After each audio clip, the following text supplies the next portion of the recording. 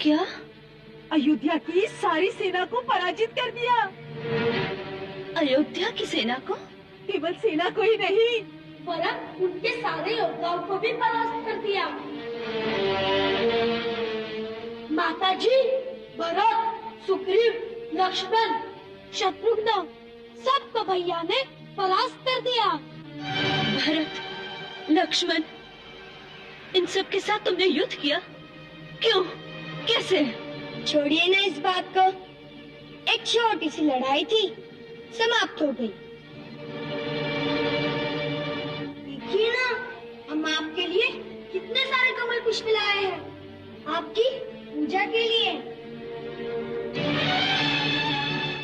यह अनुष्ठान आप जल्दी जल्दी पूरा कीजिए, जिससे शीघ्र ही हमें हमारे पिताश्री के दर्शन हो सके। खुश, मेरी बात को मत टालो। मैं जानना चाहती हूँ कि तुम लोगों ने भरत, लक्ष्मण, शत्रुघ्न के साथ युद्ध किया, क्यों किया? माताजी, मैंने अश्वमेध यज्ञ का घोड़ा आश्रम के पास विचरते देखा। उसके माथे पर स्वर्ण अक्षरों में चुनौती लिखी थी कि जो इस घोड़े के सामने मस्तक नवाएगा वह महाराज राम की शरण पाएगा, और जो इसे पकड़ेगा उसे उन्होंने युद्ध के लिए ललकारा था। सो युद्ध की चुनौती स्वीकार करना अपना क्षत्रिय धर्म समझकर मैंने उसे पकड़ लिया। फिर क्या, उनकी सेना, उनके सेनापति एक एक करके सबके सब ढेर हो गए। फिर शत्रुघ्न आए, उन्हें भी मैंने मूर्छित करके रण में ही सुला दिया। फिर लक्ष्मण जी आए, उनसे युद्ध हुआ। क्या ठंडा ठंडा सुना रहे हो कुछ भैया? माताजी, युद्ध नहीं हुआ, घमासान का युद्ध हुआ और हमने उन्हें मूर्छित कर दिया। फिर भरत जी आए और उनके साथ महाराज सुग्रीव और महाबली हनुमान भी आए। हनुमान जी बड़े वीर कहलाते हैं, परंतु भैया की वीरता देखकर वे ऐसे चकाचौंध हो गए और हमारे पास में ऐसे बन गए जैसे गाय का छोटा सा बछड़ा बन जाता है। नहीं। हाँ, और भरत जी और सुग्रीव महाराज ने एड़ी चोटी की शक्ति लगा ली, परंतु गुरुदेव के प्रदान किए हुए हमारे अस्त्रों ने उन्हें भी धराशायी कर दिया। और फिर महाराज राम स्वयं आ गए।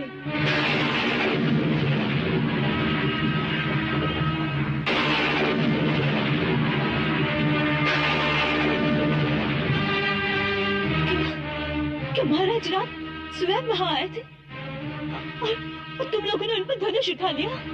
नहीं, हम तो धनुष उठाए तैयार थे, परंतु वे ही युद्ध से आनाकानी कर रहे थे। हमसे कहने लगे कि तुम दोनों को देखकर तुम पर बाण चलाने की इच्छा नहीं होती, तुम्हें प्यार करने की इच्छा होती है। परंतु मैंने उन्हें कहा, महाराज राम, केवल बातें न कीजिए, युद्ध करिए, युद्ध।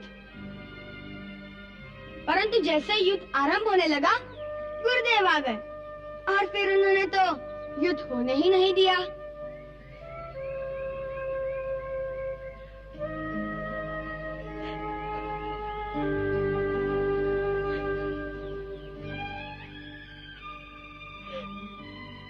प्रभु का कोटि कोटि धन्यवाद कि तुम लोग इस महान पाप से बच गए, इस महान पाप से बच गए। क्या हुआ पुत्री? माताजी, माताजी, ये आपको क्या हो गया माताजी?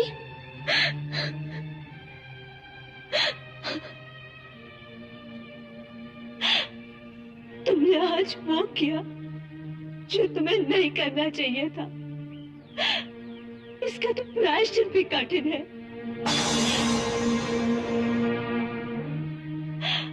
हनुमान को तुमने बछड़े की भांति बांध दिया। हनुमान तो मेरा पहला पुत्र है, तुमसे भी बड़ा पुत्र।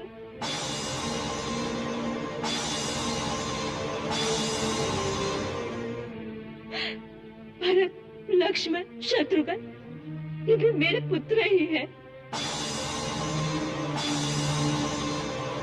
तुम उन पर प्रहार करोगे तो मेरी क्या दशा होगी?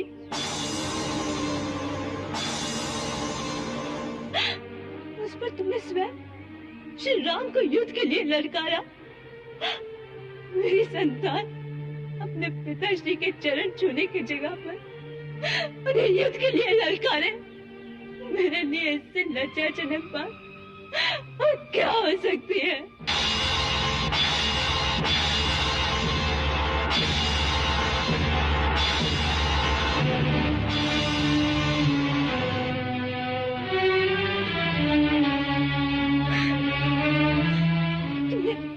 बाणों पे चला दिया होता तो उसके पश्चाताप में मेरे लिए अपने प्राण देने के अतिरिक्त और कोई मार्ग नहीं रह जाता, और कोई मार्ग नहीं रह जाता।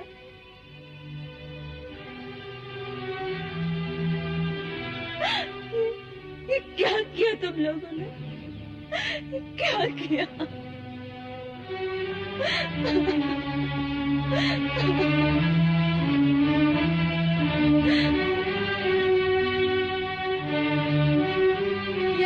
कह रही हैं माताजी? महाराज राम हमारे पिताश्री हैं? हाँ पुत्र।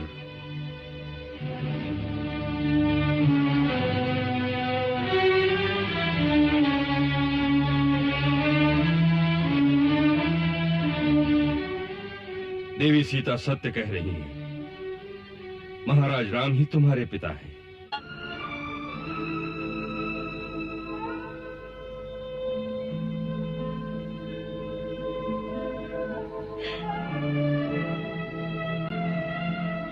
क्या आप ही वो सीता है जिन्हें महाराज राम ने वन में त्याग दिया था? हाँ पुत्र।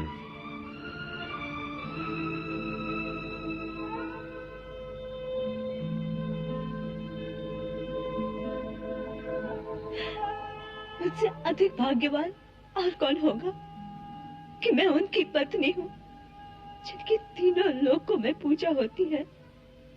फिर ये बात आपने उनसे आज तक क्यों छिपाई?